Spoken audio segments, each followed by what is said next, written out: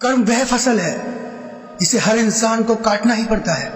इसलिए हमेशा अच्छे बीज बोए ताकि फसल अच्छी हो।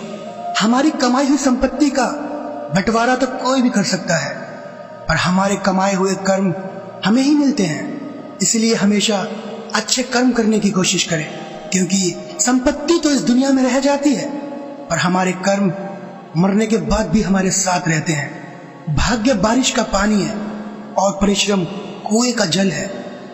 बारिश में नहाना तो आसान होता है, लेकिन हर रोज नहाने के लिए हम बारिश के सहारे तो नहीं रह सकते। इसी प्रकार भाग्य से कभी कभी चीजें आसानी से मिल जाती हैं, लेकिन हमेशा हम भाग्य के भरोसे तो नहीं रह सकते। कर्म ही असली भाग्य है। अगर हम न्यू जनरेशन के हिसाब से समझें, मेहनत सीढ़ियों की तरह होती है और भाग्य लिफ्ट की तरह। लिफ्ट किसी भी तरह बंद हो सकती है, लेकिन सीढ़ियां हमेशा ऊंचाई की तरफ लेकर जाती हैं। इसीलिए हमेशा मेहनत करते रहें और अपना भाग्य बनाएं। आज जो बहुत कहानी मैं आपको सुनाने वाला हूं, उसमें हम जानेंगे कर्म कैसे लौट कर आते हैं। इससे पहले कि आप उस कहानी में खो जाएं, इस चैनल को सब्सक्राइब जरूर करिए। एक बौद्ध भिक्षु और उनके शिष्य एक जंगल में कुटिया बनाकर रहते थे। बौद्ध भिक्षु अब बूढ़े हो चुके थे और उनका शिष्य अभी जवान था। बूढ़े भिक्षु बहुत ही ध्यानी व्यक्ति थे। जब वे ध्यान करते थे तो 3-3 दिन सिर्फ ध्यान में ही बैठे रहते थे। बूढ़े भिक्षु के पास एक बहुत अनोखी शक्ति थी कि वो ध्यान की अवस्था में भविष्य को भी भांप लेते थे। एक दिन जब वो ध्यान कर रहे थे तो उन्होंने देखा कि आज से 8वें दिन उनके उस युवा भिक्षु की मृत्यु हो जाएगी। उन्होंने अपने शिष्य को अपने पास बुलाकर कहा, भंते, मैं तुम्हें अगले 7 दिनों की छुट्टी देता हूँ। तुम इन 7 दिनों के लिए अपने घर रहकर आ सकते हो। शिष्य ने खुशी से कहा, क्या ये सच है गुरुवर? गुरु ने कहा, हाँ, मेरा पिछले कई दिनों से अपने परिवार वालों से मिलने का मन कर रहा था। शिष्य ने मुस्कुराते हुए कहा। गुरु ने कहा, ठीक है, लेकिन याद रहे 8वें दिन की शाम होने से पहले तुम्हें यहाँ पहुंचना जरूरी है। शिष्य ने हाँ में सर हिलाते हुए कहा, ठीक है गुरुवर, पहुंच जाऊंगा, लेकिन आप अपना ख्याल रखिएगा। अब आप बूढ़े हो चुके हैं। आश्रम का कोई भी काम हो तो उसे सिर्फ मेरे लिए छोड़ देना, मैं वापस आते ही उसे कर दूंगा। इसके बाद शिष्य गुरु का आशीर्वाद लेकर पहाड़ी से नीचे उतर आया, बिना ये देखे कि गुरु की आंखों में अपने शिष्य को खोने का कितना दर्द था। शिष्य के गांव के रास्ते पर एक नदी पड़ती थी। उस नदी के किनारे चींटियों के बहुत सारे टीले थे, जहां लाखों चींटियां रहती थी। उनमें से कुछ चींटियां लगातार टीले के अंदर जा रही थी, कुछ बाहर आ रही थी। जिनमें से कुछ चींटियां एक दूसरे से टकराकर अपना रास्ता भूल जाती और इधर उधर चली जाती। ये देखकर उस शिष्य को बड़ा ही आनंद आ रहा था। वह कुछ देर खड़ा होकर उन चींटियों को देखता रहा। फिर अचानक उसका ध्यान नदी की तरफ गया, जहां उसने देखा कि नदी का पानी धीरे धीरे बढ़ रहा है, जिससे नदी से उठने वाली लहरें चींटियों के टीले के पास पहुंच सकती है, जिसकी वजह से लाखों चींटियां यूं ही बेवजह मारी जाएंगी। यह सोच उसने तुरंत ही अपने सारे कपड़े उतार दिए और उनमें मिट्टी भर के चींटियों के टीले के चारों तरफ एक घेरा बना दिया। साथ ही उसने बड़े कलात्मक तरीके से एक नाली बना दी, ताकि लहरों से आने वाला पानी नाली के माध्यम से वापस नदी में चला जाए। इसके बाद वह शिष्य नदी पार करके अपने घर चला गया। अपने घर पहुंचने के बाद उसके 8 दिन यूं ही बीत गए, उसे पता ही नहीं चला।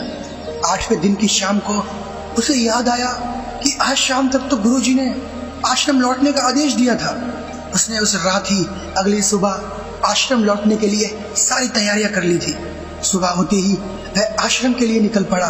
उसे उम्मीद थी कि शाम होने से पहले वह आश्रम पहुंच जाएगा। शाम हो चुकी थी। यहाँ गुरु आश्रम में बैठे बैठे ये सोच रहे थे कि आज तो 9वां दिन है कि अब तक तो मेरा शिष्य इस दुनिया को छोड़ चुका होगा।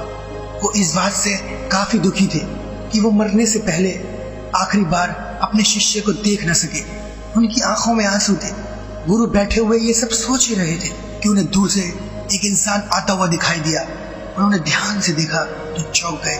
ये इंसान कोई और नहीं, उनका शिष्य था। गुरु ने दौड़कर उस शिष्य को अपने गले से लगा लिया।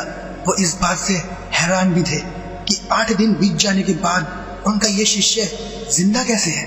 गुरु ने शिष्य से कहा, यहाँ से जाने के बाद तूने क्या क्या किया, जरा मुझे बताओ तो सही। शिष्य ने उन्हें 8 दिन की सारी कहानी बताई। शिष्य ने गुरु को चींटियों वाली भी कहानी सुनाई। चींटियों की कहानी सुनते ही गुरु को समझते देर न लगी कि शिष्य ने लाखों चींटियों की जान बचाई थी और उसके इसी कर्म का परिणाम है कि उसको एक लंबा और खुशहाल जीवन प्राप्त हुआ है। कहानी सुनने के बाद गुरु के मुंह से अनानास ही निकल गया कि कर्मा लौटकर जरूर आता है।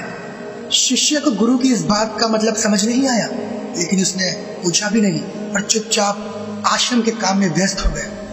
अगर हम अपनी जिंदगी में देखें तो खुशी खुशी जीने का सबसे आसान तरीका है कि अच्छे कर्म करते रहें। इस कहानी की तरह ये जरूरी नहीं कि अच्छे कर्म हमारी उम्र को लंबा ही करेंगे, लेकिन इस बात की गारंटी है कि अच्छे कर्म करने से हमारी जिंदगी में आने वाले दुख और परेशानियां कम जरूर हो जाती हैं। कर्मों का एक बहुत ही बड़ा सिद्धांत है, हम जो कुछ भी करते हैं उसका बहुत बड़ा लौट कर हमारे पास जरूर आता है, चाहे फिर वो अच्छे कर्म हो या बुरे कर्म, दोनों कई गुना होकर हमारे पास आते हैं।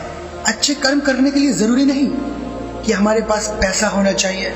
किसी की जान बचाना भी एक अच्छा कर्म है, किसी असहाय की मदद करना भी एक अच्छा कर्म है, किसी बेरोजगार को रोजगार देना भी अच्छा कर्म है, किसी भूखे को खाना खिलाना भी अच्छा कर्म है, किसी रोते हुए को हंसाना भी अच्छा कर्म है, किसी मोटिवेशनल चैनल को सब्सक्राइब करना भी अच्छा कर्म है।